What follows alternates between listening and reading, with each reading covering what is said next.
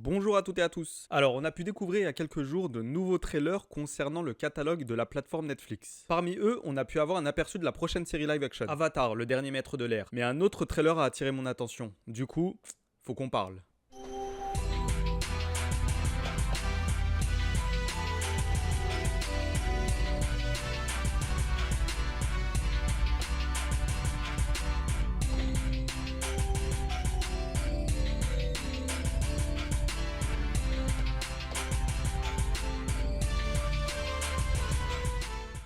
Après One Piece, c'est donc au tour du manga Yu Yu Hakusho, de l'auteur Yoshihiro Togashi, et dont l'animé est disponible sur Netflix, d'avoir droit à sa série live. Et nous avons pu avoir pas moins de 2 trailers. Alors, après visionnage, on peut remarquer dans cette adaptation une certaine fidélité à l'œuvre originale, que ce soit au niveau des événements ou encore même des personnages dont les tenues n'ont bien heureusement rien d'un cosplay. Cependant, qui dit adaptation, dit aussi possibilité d'avoir 2-3 poils de fion qui dépassent. Commençons donc par les personnages. Nous avons donc la présence de Hachi Muramechi avec Yuzuke, Kuwabara, Yei et Kurama. Personnellement, et malgré le peu que l'on a pu voir, j'ai rien à redire concernant le casting. Et la personnalité de chacun a l'air d'avoir été respectée. Après, bon, j'ai un peu de mal avec la coupe de cheveux capillaire de Kurama, mais ça reste un détail. Et je ne sais pas vous, mais l'apparence de Kuwabara n'est pas sans rappeler...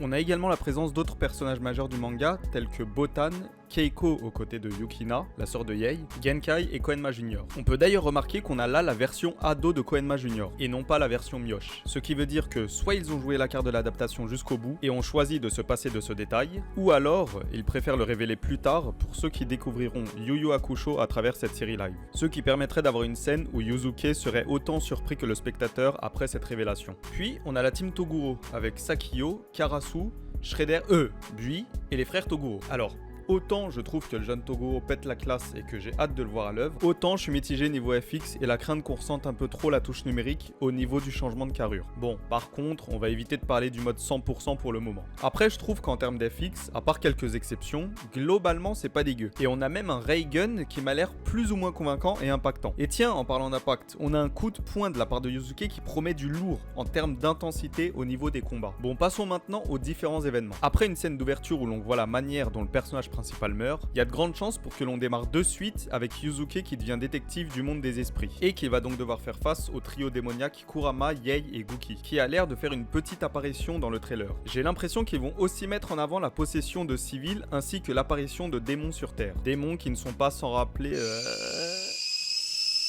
Au-delà du fait que, j'imagine, tous les antagonistes ne seront pas présents dans cette adaptation, on peut se demander si le tournoi des ténèbres, lui, aura sa place dans la série. Selon moi, ce serait un crime de s'en passer. Déjà parce que, ce serait cool de voir en live des affrontements entre humains et démons le temps d'un tournoi. De plus, ce serait l'occasion de développer la relation entre les membres de l'équipe Uramechi et de mettre en avant l'alliance entre humains et démons. Et surtout... je veux voir ce putain de Yuzuke remettre en place le public. Ah oui, série, là y a pas à chier, ça tu me le montres. Alors d'après moi, et même si on a la présence prématurée de Bui et Karasu, qui, il me semble, n'apparaissent pas avant le tournoi, cette première saison va se terminer avec l'affrontement entre les frères Toguro et l'équipe d'Uramechi.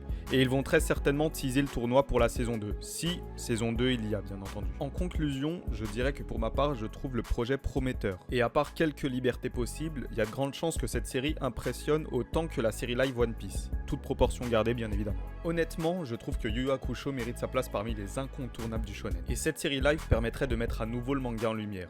Et ça...